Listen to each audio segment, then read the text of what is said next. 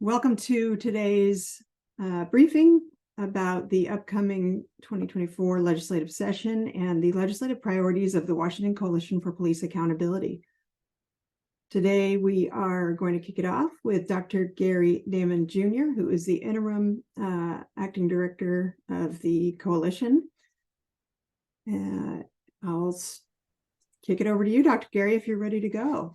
I am. Good afternoon, everyone. Again, I am Dr. Gary Damon Jr., the interim executive director of the Washington Coalition for Police Accountability.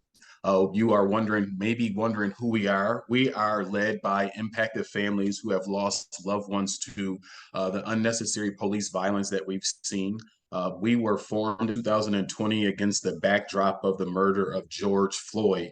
As we transition from a campaign coalition to a permanent organization with a bigger and broader reach, I'm really excited to have some of our impacted family members and policy experts here to talk about what we're wanting to do at this upcoming legislation. But just so you know, from a vantage point from all of our family members, we're working collectively and together as impacted families that lost loved ones to police violence through the support of our legal experts, our policymakers, and those individuals that form our coalition. As a coalition, we want to hold police accountable and help them to prevent unnecessary police violence that hits Washington's Black, Brown, and Indigenous communities the hardest. Thank you again for your attendance today, and we're excited to have you. Thanks so much, Dr. Gary. Leslie, you're up next, I believe. Leslie Cushman, who is a WCPA member and citizen sponsor of Initiative 940. Very good. Good afternoon, everyone. Glad to see so many members of the press attending. I'm Leslie Cushman, and I'm here to talk about WCPA's legislative priorities. We have 3 priorities for the 2024 legislature. 3 bills to pass through both chambers and get to the governor's desk so he can sign them into law. Our priorities continue the good work we have been doing since we came together in June of 2020. The policies are based on best practices and data and promote democratic principles of transparency and accountability. And they align with our mission, which is to reduce police violence and increase accountability. I'm going to talk about House Bill 1513, the Traffic Safety for All bill, and House Bill 1579, which creates a pathway to justice for by creating and establishing independent prosecutor. Anoka Harat will cover the legislation to address systemic issues at police agencies, which is House Bill 1445. Let's start with our proposal on traffic safety, which addresses traffic stops. You know, lights, maybe sirens, and you get pulled over. It turns out that not all types of traffic stops are effective at keeping us safe. Not all stops are about traffic safety. In fact, some types of stops are very ineffective and sometimes dangerous for the public. This legislation, House Bill 1513, tackles that. The prime sponsor is Representative Street from the 37th Legislative District. This bill was heard in House Public Safety and House Transportation last year and is ready to move to the floor. It will start out in House Rules, and our goal is to get it passed off the House floor and moved over to the Senate as early as possible in the session. Traffic stops for low-risk violations too often end in unnecessary violence. Our coalition members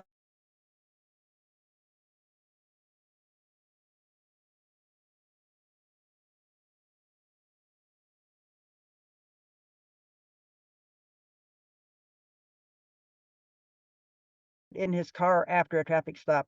These are extreme examples of what can unfold from a low-level traffic stop.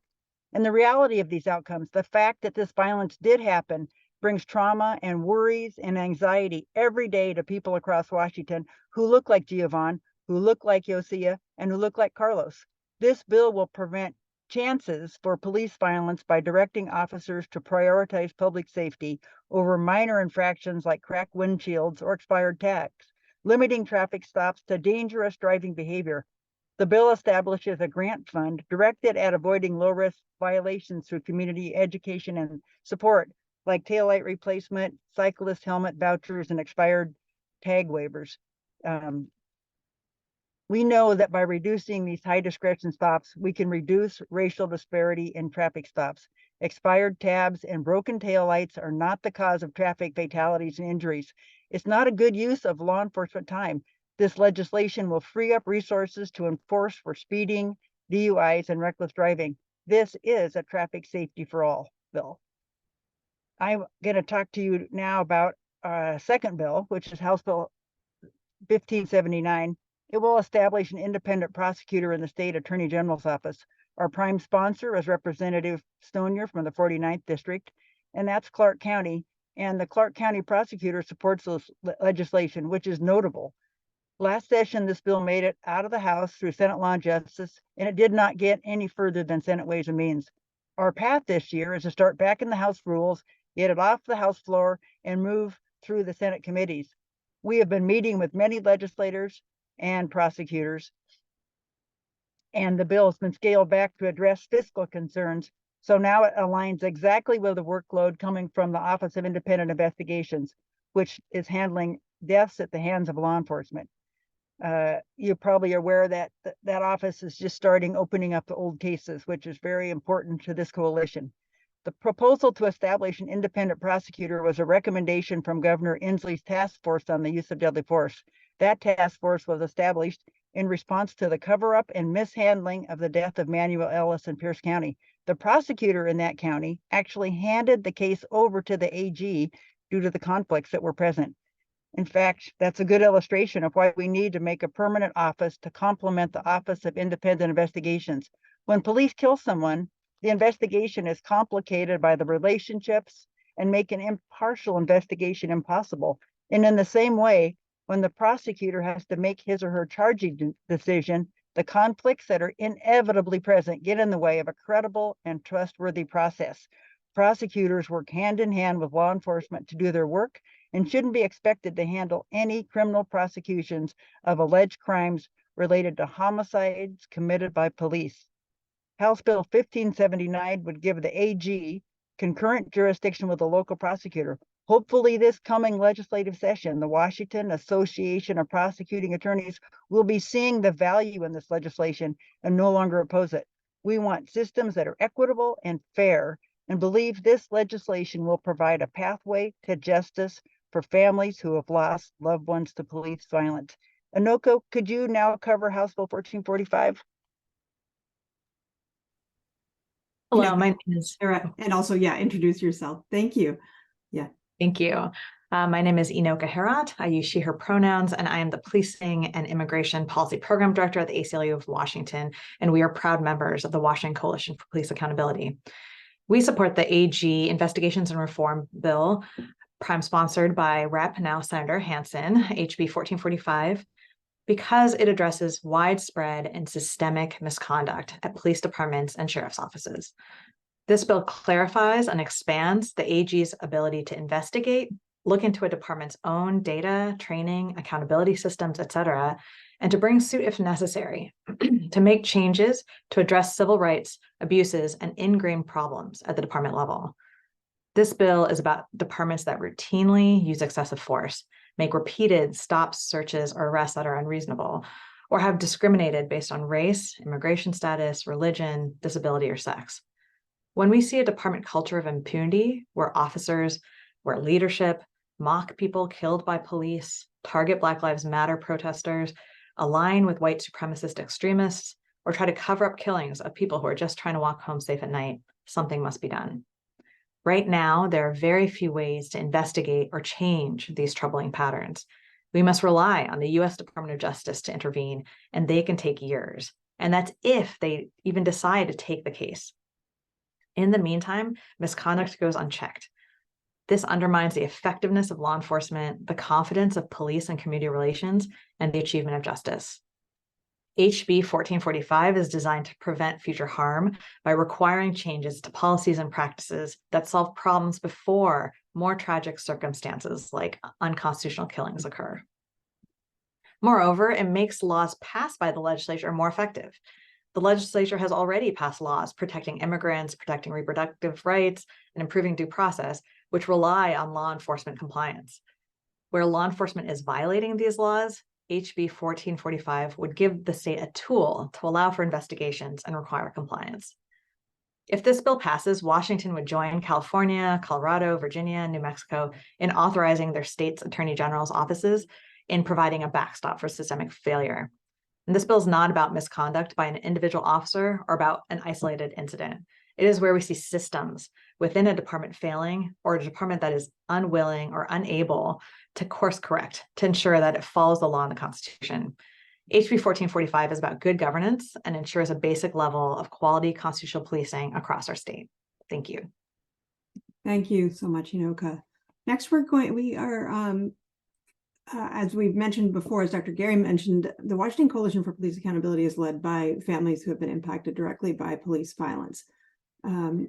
Up next is Tonya Isabel of Parkland, Washington. Tonya, are you ready to go?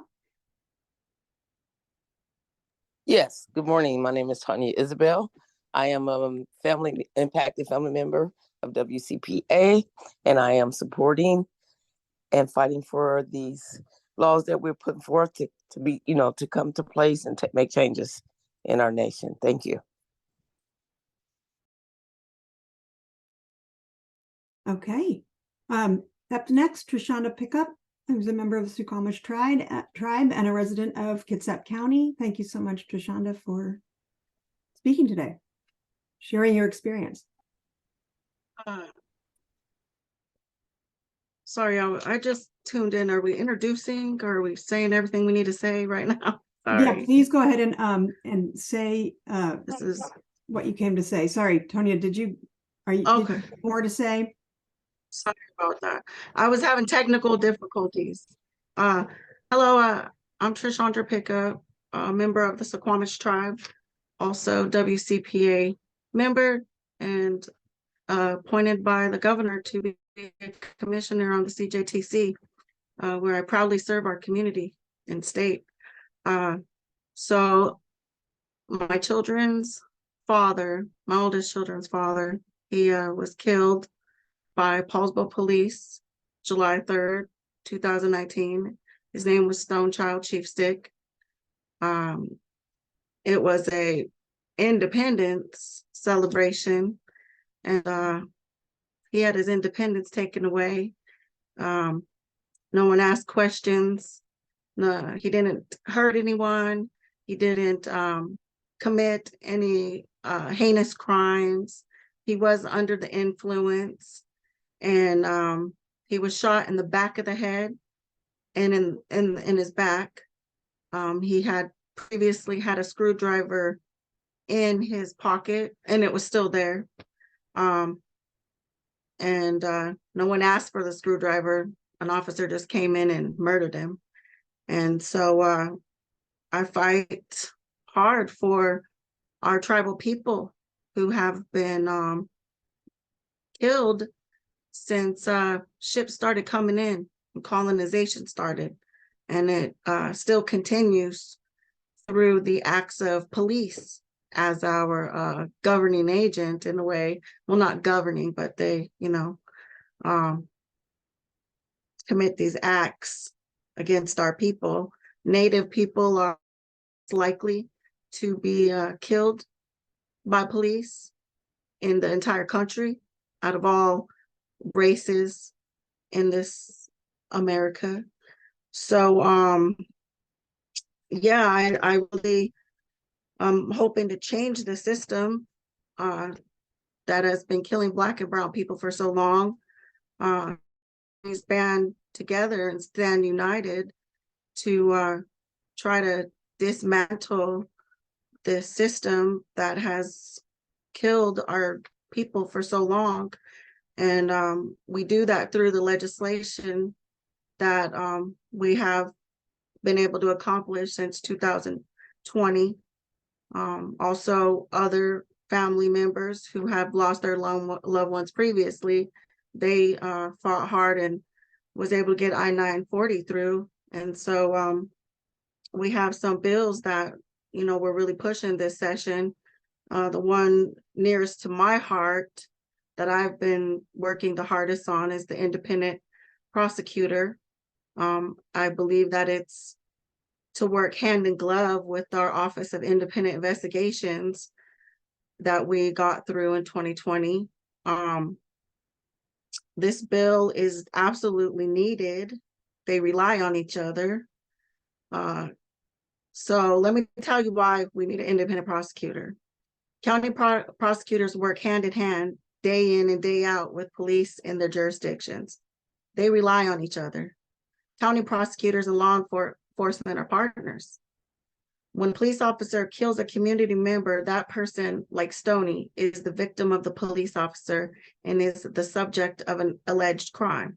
It is unreasonable to expect that a local prosecutor can be impartial in this instance. Establishing an independent prosecutor with the limited duty of handling the caseload of police-caused deaths makes sense. It will give the public and the police a credible and fair system. Without it, we are stuck wondering how local relationships are impacting decisions making by the local prosecutor. Bottom line, we really can't trust the decisions made under current law. We all deserve to have faith in the systems that govern us and our lives. We desperately need an independent prosecutor so that we have accountability with officers when they kill someone and there's no justification. And I would think that it would be a burden lifted for prosecutors, not putting them in that situation of having to prosecute people that they rely on, that they should work together with. And I hope that our state and our government puts this bill through, because without it, these cases are going to go back to the local prosecutors when some of them, like Stoney's case, have already been decided upon. I believe that's a conflict of interest, and that we should clear this path to justice for the Washington people. Thank you. Thank you, Trishana, very much for sharing that. Tonya, did you want to jump back in and add to your remarks?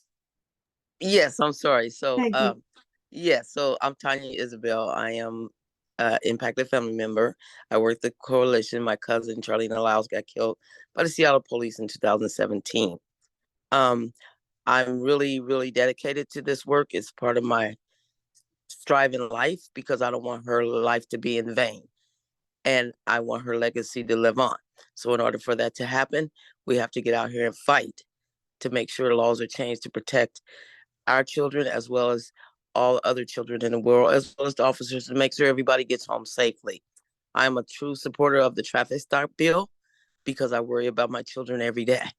If they get stopped, they reach in the glove department to get their paperwork out. They go in their back pocket to get their ID out or their driver's license out. And unfortunately, they think they got a weapon. And again, there we got a tragedy on our hand. So that law is very important to me because I feel like it's the safety of our loved ones as well as other people in our community, that everybody makes it home safe. So again, Tanya and her family is here to fight for that traffic, that bill to get passed. And I'm going to be there front and center. Thank you. Thanks so much, Tonya. And because we're ahead of time, not to put anybody on the spot, but Shelley or Nakia or Fred, anyone else wants to share a couple of minutes now? I think we have time for that.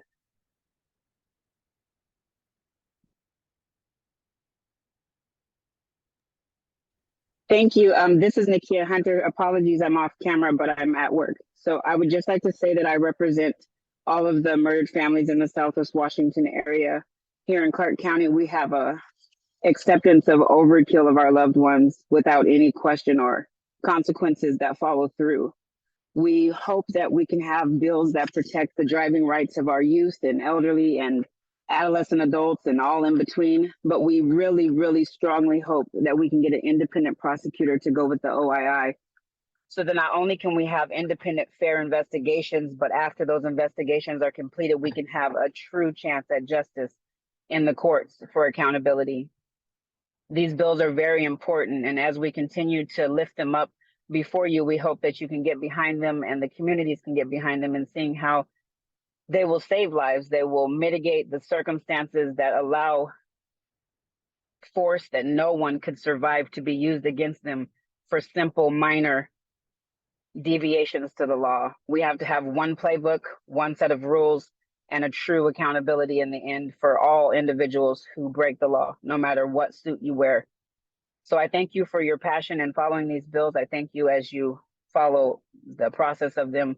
And I hope that you, as well as your community members, can get behind saving lives and accountability for the systems that we truly hope can change. Thank you for having me. Thanks, Nikia. Anyone else want to share before we open it up to questions from reporters? I'll go ahead and jump right in if that's okay. Thanks, Poe. Sorry, I'm in the car. Hello, everyone. My name is Paul Leapai. I am a proud member of the Washington Coalition for Police Accountability. I'm an impacted family member. My cousin Yosia Faletongo was murdered by a Seattle police officer in 2018 New Year's Eve. I guess I pretty much just want to say, without, when it comes to conflicts of interest, without accountability and transparency, we will never bridge the gap that we're seeing between impacted communities and law enforcement. The only way we can heal our nation, the only way we can bridge this gap is to pass legislation that brings forth transparency and accountability. And I'm big on that. And thank you so much for the space. Appreciate it. Thank you so much, Poe. Fred, did And you? I too, yeah, I would like to just jump in here as a co-chair to the advisory board to the Office of Independent Investigations. My biggest fear is that we are going to miss the opportunity for an independent prosecutor, and the $26 million that is being spent on investigations is going to be thrown out the window when we take these cases with new evidence back to the same prosecutor, which some of them have already said, don't bother sending it back to me, my mind is made up. They are working with law enforcement. They need to work with law enforcement. We don't want to break that bond, but we do want to separate when an officer does something wrong. My biggest worry is we are going to take all this work and it's going to be for naught. We do need an independent prosecutor. We do need to look at this from a different point of view. We have 30 years to look at how things have been done wrong. I'm asking all of you to get on board with changing so we can do things, if not right, at least different. I also worry about the traffic stops, as I run a blended family. And our oldest son is from a previous marriage. So he has no color to his skin. Therefore, our grandson in Kentucky has no color in his skin, but our grandson here does. When they get pulled over, I want them to be treated the same. Color should not matter when it comes to how you are treated by law. So I'm asking you for your help in passing both of these bills and working for a better future in the state of Washington. Thank you. Thanks so much, Fred. All right. Shelley or anyone else? Should we move on? Yeah, sure. I'll jump in. Sorry, I can't turn my camera on at the moment. I do apologize. Hi, my name is Shelley Washington. I am a resident of Clark County. My nephew, Kevin Peterson Jr., was 21 years old when he was killed by Clark County Sheriff's on October 29th of 2020. We just recently found out that my nephew's case was never fully investigated. They only questioned the officers involved before making their decision that it was justified. Even after the one officer clearly stated, I've given the suspect enough commands. If he takes another step, I'm going to shoot him. This was an unnecessary killing. How can that ever be justified? Here in Clark County, in a short time, 8 officers. There has been 8 officers killings, with 5 out of the 8 being Black or Pacific Islanders in the county, where those communities make up only 3% of the population. Lives are being lost over several nonviolent crimes. people of color are constantly overrepresented and who is being killed or who force is being used against. And this is shown in the law enforcement agency's own data. If a department has a history of violating the civil rights of community members and doesn't change or fix it itself year after year, someone must step in and stop the harm. Thank you for your time. Thank you so much, Shelley, for sharing. All right, with that, I think we're going to go ahead and open it to questions.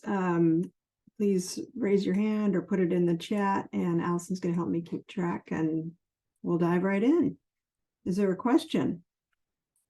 Kristen, are you back? Oh, did I disappear? You did. You froze for a second.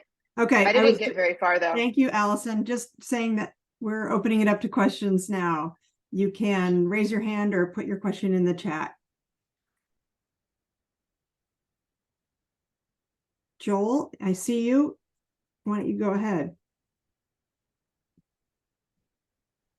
There we go. Thank you. And just about the independent prosecutor, would that position, how would cases be referred to that position? Would it be through the OII that already exists, or would there be other means where that legislation is written? And would it have a separate budget? Is that also provided for in the bill? Inoka or Leslie, can you take that question? And this is a question about independent prosecutor? Yes. Yes, it would have a separate budget, and the budget fiscal impact's been a big part of, I guess I'll call it dispute of the challenge of getting it passed. And we have our proposal now cuts the fiscal note in half and limits it just to death cases. So, and Joel, I didn't get the first half of your question. If you want to repeat it. I just wanted to clarify who would refer cases to this prosecutor. Would it only be the OII, or could counties, how would it work? Right now, the proposal is just the OII. That's to match up the caseload exactly with the cases that they're handling. Okay, I think up next is Joe O'Sullivan. I got a question for Inoka on House Bill 1445. What are some examples of local police agencies breaking the law that this, if this bill had become law, it would have been able to investigate? Sure. So there's examples of, there's a law that was passed in 2019 called Keep Washington Working, which prohibited law enforcement and jails from sharing information with immigration authorities, for example, and and we have seen violations of that law where departments have continued to share information, and and there are some instances where the ACLU can bring suit or work with departments to change those practices. But there are also departments that sort of refuse and are very conscious of what the law is, but continue to share people's personal information with immigration authorities in violation of the law. So that's one example. Any follow-up, Joe, or next question? No, thank you. Drew Mickelson. Good afternoon. Question, I think for Leslie, you had mentioned that the prosecutors were not on board last session. What gives you reason to think that they may be interested in backing this bill? Were any changes made to perhaps appease them? We've done some things to recognize their jurisdiction. They are protective of their jurisdiction, as you can imagine. So that's one change. And another change is, I think they're tired of these cases. We're seeing the big drain on resources that are going to part of the Officer Nelson case, which is going to be March of 2024. And right now, the massive resources that the AG's office is investing in the trial of Burbank, Collins, and Rankin in Pierce County. And I think they understand these are unique cases. I've heard through back channels that they are softening up, and we're going to be talking with them Monday at 1 o'clock at their legislative meeting. We're going to be presenting to them, And so I can report back to you after that meeting, Drew. That'd be great. Thank you, Leslie. More questions?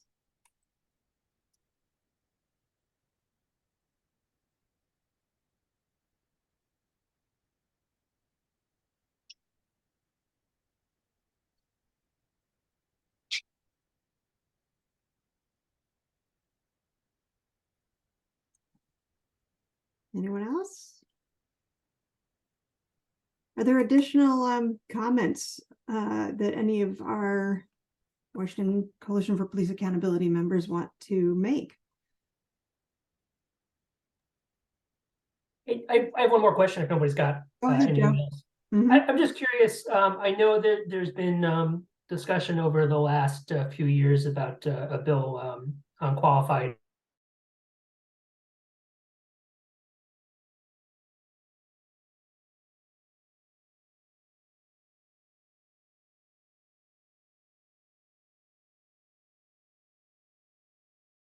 And I can handle this one together. The steam hasn't died out. We desperately want that bill, but we're going to be working on it next year, I bet, or the year after. We have a strong sponsor in Rep. Meelan Tai, but we didn't have a pathway for 2024. And the bills that we have in front of us, the traffic safety for all bill, we really have to stop officers pulling people over for expired tabs. That is a huge priority. We really need to address the systemic issues at agencies. We've seen, I think Anoka in her remarks mentioned some of the horrendous things that are happening across the state at a systemic level. We need the tools to do that. And that's why 1445 is so important. And if we don't get an independent prosecutor bill passed, we're going to be in a world of hurt because those cases are going to go right back to the local prosecutor. So we are prioritizing our work. Qualified immunity is still on our list. And we have other things that we're going to be working on. So it's never going to, our work is never going to be done. Law enforcement is an interesting profession that the public has had their hands off of and has been put on a pedestal. We need to take our democratic principles, look at law enforcement, take public ownership, work with law enforcement on their governance and how they operate. And I've been watching this case at Pierce County. I've been going twice a week. Many of you have been watching it.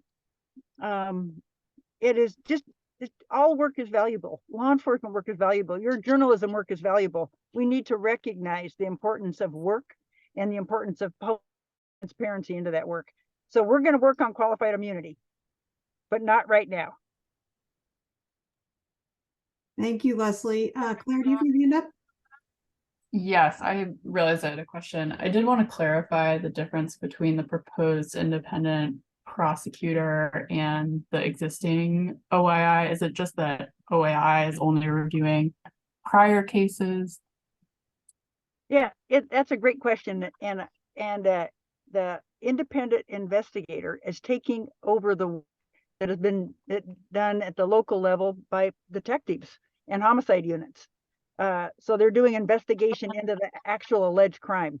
And then the independent prosecutor will be taking that narrow workload that the local prosecutor is doing right now. So it's two separate duties and tasks. And the independent investigation office is starting their work with older cases, but they will soon be working on homicides that are taking place right now. I don't know when that will be, and Fred has more information. Poe and Fred are both on the advisory board. Thanks, Leslie. And basically that you've got the OII investigating, and then an independent prosecutor would be needed to charge and prosecute those cases. Okay, Fred, did you have more to add there? Well, yes, one of the points I would like to make to the media is the rule changes we are asking for. There's a scare tactic out there saying that we are going to, have all these police throwing off the force and we're going to do all this. They're only going against officers who do something wrong. If there is a shooting and everything is done by the book, then our legal system will prove that. But as long as we're not even allowed to take that to court because they hide behind qualified immunity or the prosecutor saying that it was a good shooting without even looking at the evidence, then we'll never go forward. There are a lot of good, honest police officers out there who want this bill because they know that when there is an officer doing something wrong, the blue code says they have to stand behind them. We want honesty, we want openness, we want fairness. That's the only thing we're asking for. We're not asking to hurt any officers who are doing it right. We're just asking for the officers who are doing wrong to actually be accountable for their actions. That's all these bills are asking for. Thank you. Thanks, Fred. Claire, did you have a follow-up or your hand's just up? Yeah, I did. Leslie, you mentioned something about, the difference between, I guess, prosecutors now had some jurisdictional concerns. I wonder if you could just explain what assuaged those concerns, if anything, how they changed their mind and what those concerns actually were. Thank you. Yeah, the bill is not doesn't direct the prosecutors to make decisions. It sets out a framework with which local prosecutors make decisions whether they have a conflict of interest. So concurrent jurisdiction gives the AG jurisdiction and maintains the jurisdiction of the local prosecutor. Then the bill sets out some criteria to how do you know you have a conflict, and it is a discretionary decision for the local prosecutor to take the case or keep the case. And then there'll be two cases. The state AG will have it and the local prosecutor will have it. And then the judge will have to make a decision as to which one best represents and supports the public's interest. That's too much information. No, that's really helpful. Thank you. Okay. Thanks, Leslie. Anyone else?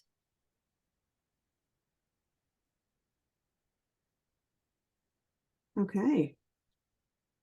Well, I want to really thank our participants today for coming and hearing about this, and there'll be a lot more to hear in the weeks and months ahead. We will provide the recording to anyone who wants it, as well as we're going to send out a kind of a fact sheet on all these three bills. All right. Thanks so much for coming.